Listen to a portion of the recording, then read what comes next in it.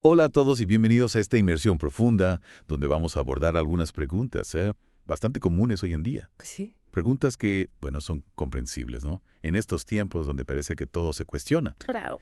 Vamos a hablar específicamente de la confiabilidad de la Biblia. Ah, Y bueno, cuando digo Biblia me refiero puntualmente a los textos griegos en los que se basan nuestras traducciones modernas, como las que tenemos en español. exacto.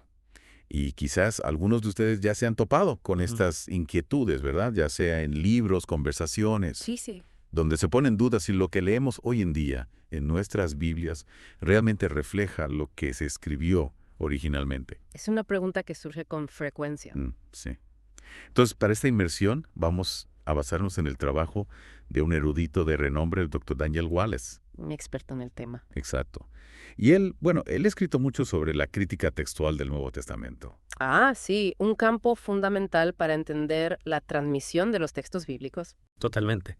Y piensen en esto como nuestra misión de hoy, ¿sí?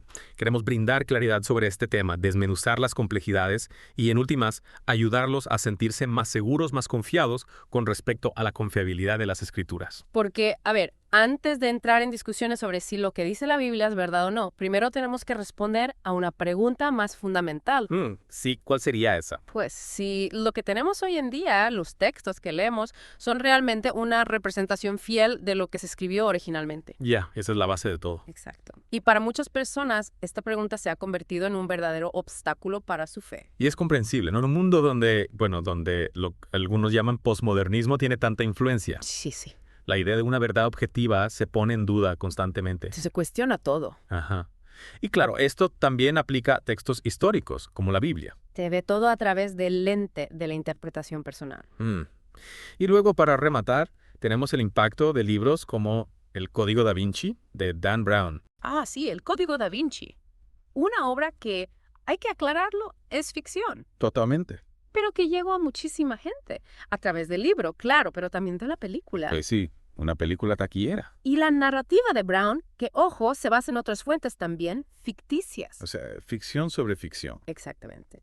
Bueno, pues esta narrativa sugiere una conspiración enorme, donde la deidad de Cristo básicamente fue inventada por Constantino, siglos después de la vida de Jesús, O sea que la Biblia que tenemos fue manipulada intencionalmente. con fines políticos y teológicos, según Brown. Increíble. Ahora, la mayoría de los expertos, los estudiosos de la Biblia, desestimaron las afirmaciones de Brown. Las catalogaron como históricamente inexactas basadas en la ficción. Claro, porque no hay evidencia histórica que respalde esas afirmaciones. Ninguna. Pero a pesar de eso, el impacto cultural de El Código da Vinci fue innegable. Sembró dudas en la mente de muchas personas sobre la integridad del texto bíblico. Sí, la gente empezó a preguntarse. ¿Y si realmente nos están ocultando información? Y ahí es donde entra en escena alguien como Bart Ehrman. Él, a diferencia de Brown, presenta un desafío que parece más académico. Porque Ehrman sí es un experto en el tema. Exacto. Su libro, Misquoting Jesus, que en español sería algo así como malinterpretando a Jesús. Un título bastante provocador. Sin duda. Bueno, pues este libro tuvo un gran impacto, y no solo porque Ehrman sabe de lo que habla, sino porque, además de ser un autor reconocido, tiene credenciales impresionantes. ¿A qué te refieres?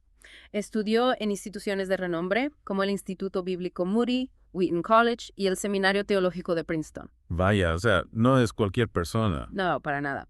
Y para rematar, estudió con Bruce Metzger. Metzger, el gigante de la crítica textual del Nuevo Testamento. El mismo, un erudito evangélico muy respetado. Impresionante. Y esto es importante porque la trayectoria de Ehrman le da un cierto peso a sus argumentos. Claro, porque él viene del mundo evangélico, ¿cierto? Así es. Empezó dentro del evangelicalismo, pero luego se apartó de esa tradición Ya veo. y eventualmente se identificó como ateo.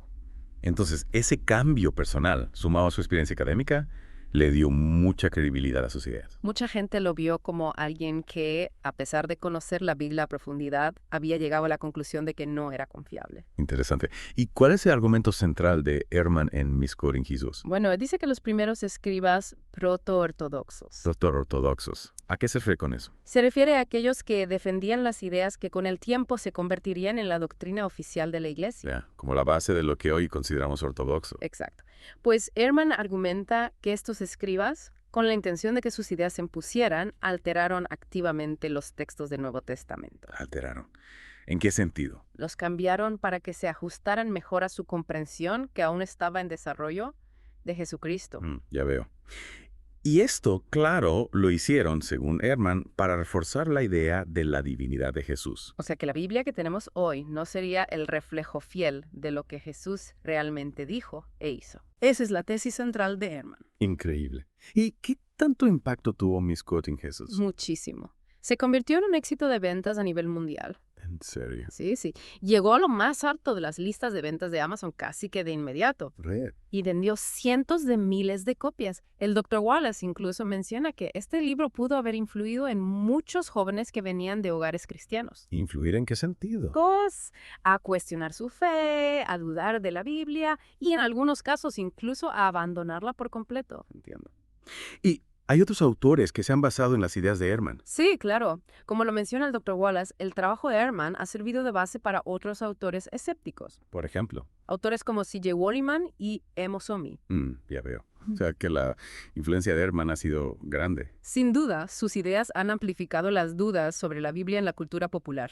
Y una de las frases más impactantes de Ehrman, una que se cita mucho, es que hay más errores en los manuscritos que palabras en el texto original. Una frase que, a simple vista, suena bastante alarmante. Totalmente.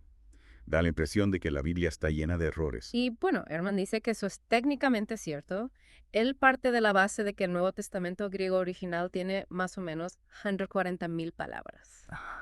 Y teniendo en cuenta eso, dice que la cantidad de variantes textuales. O sea, las diferencias que encontramos entre las copias antiguas de los manuscritos. Exacto. Dice que esa cantidad de variantes supera el número de palabras del texto original. Entonces, si lo miramos desde un punto de vista matemático, tiene razón. Sí, pero el Dr. Wallace insiste en que esa afirmación por sí sola no cuenta toda la historia. La considera un tratamiento desequilibrado. Desequilibrado. ¿En qué sentido? Pues porque no tiene en cuenta la naturaleza de esas variantes ni su importancia real. Entiendo. Ya. Explícame eso con más detalle. A ver, si bien la cantidad de variantes puede sonar abrumadora, la gran mayoría de ellas son, digamos, menores. Menores. Sí, son diferencias de ortografía, cambios en el orden de las palabras que no afectan el significado o la inclusión, omisión de partículas que conectan a ideas. O sea, cosas que no cambian el mensaje central del texto. Exactamente. Es como si tuviéramos varias copias manuscritas de una carta muy larga. Ajá. Podríamos encontrar pequeñas diferencias en la caligrafía o una coma que falta aquí o allá, Sí. pero el mensaje de la carta seguiría siendo el mismo en todas las copias. Esa es una buena analogía. Lo importante aquí es entender a qué nos referimos cuando hablamos de ortodoxia en este contexto. Claro, porque esa palabra puede tener varios significados. Exacto. En este caso nos referimos a las creencias centrales que fueron establecidas por los primeros concilios de la Iglesia. Concilios como el de Nicea. Ese mismo. El concilio de Nicea en el año 325 de.C. definió la deidad de Cristo. Ajá. Y estas son las doctrinas fundamentales que compartimos las diferentes ramas del cristianismo. Católicos, ortodoxos, protestantes. Todos estamos de acuerdo en la vida, muerte y resurrección de Jesús, su deidad, sus milagros y la naturaleza expiatoria de su muerte. O sea, lo esencial del cristianismo. Exacto. Y cuando hablamos de proto-ortodoxia, nos referimos a las ideas que estaban en desarrollo, las que con el tiempo se convertirían en esa comprensión compartida que tenemos hoy. Entiendo. Y según el Dr. Wallace, el argumento de Ehrman es que esta ortodoxia no era la visión original del cristianismo. Así es. Él dice que fue una visión que, por decirlo de alguna manera, ganó sobre otras interpretaciones que existían en los primeros siglos del cristianismo. O sea, que los primeros cristianos no estaban de acuerdo en todo. Exacto. Y Ehrman dice que esos escribas de los que hablábamos, los que estaban alineados con la ortodoxia emergente, cambiaron los textos a propósito para favorecer sus ideas. Interesante. Pero el Dr. Wallace también plantea algo crucial en respuesta a esa afirmación de Ehrman sobre la cantidad de errores. ¿Qué cosa? Dice que para poder decir que hay más errores que palabras, Ehrman necesita saber cuál era la redacción original exacta. Ah, claro. Es como una paradoja. Si el texto estuviera tan corrompido que no pudiéramos saber cómo era el original, ¿cómo podría Ehrman decir cuántos errores hay? Exacto. Si no sabemos cómo era el original, no podemos hablar de errores. Es un buen punto. Y eso nos lleva a otro tema importante. La crítica textual. Porque a pesar de todo lo que dice Ehrman, él mismo trabaja dentro de un campo que busca reconstruir el texto original. La crítica textual del Nuevo Testamento. Esa misma. Y esta disciplina académica se dedica a estudiar y comparar los manuscritos para determinar qué lecturas son las originales. O sea que no se trata de encontrar errores, sino de acercarse lo más posible al texto original. Así es. Y esto es algo a lo que eruditos como Bruce Metzger dedicaron toda su vida. Incluso el propio Ehrman se basa en esta tradición, aunque sus conclusiones sean diferentes. Exacto. La crítica textual es como un trabajo detectivesco. Ya veo. Se comparan miles de copias antiguas, se buscan patrones, discrepancias y se usan ciertos principios para determinar qué lecturas son las más probables. Entonces, si bien es normal que la existencia de variantes nos genere dudas al principio, eso no significa que el mensaje central del Nuevo Testamento se haya perdido o haya sido corrompido. Para nada.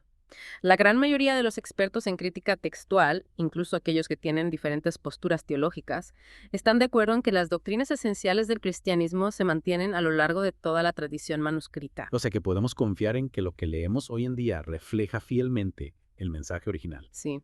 Y además, el hecho de que tengamos tantos manuscritos del Nuevo Testamento más que de muchos otros escritos de la Antigüedad, nos permite reconstruir el texto original con un alto grado de confianza. Es como tener muchas piezas de un rompecabezas. Exacto. Cuantas más piezas tengamos, más fácil será completar la imagen. En el caso del Nuevo Testamento tenemos muchísimas piezas. Muchísima. Entonces, si han leído libros o visto documentales que les han generado dudas sobre la Biblia, esperamos que esta inmersión profunda les haya dado una perspectiva más completa. Sí, porque si bien el viaje de estos textos antiguos es complejo y hay variantes, la evidencia nos dice que podemos confiar en la Biblia que tenemos hoy. Y el hecho de que tengamos tantas copias antiguas, incluso con pequeñas variaciones, en realidad fortalece nuestra capacidad de conocer el texto original. Porque nos da más material para comparar y analizar. Sí, exacto.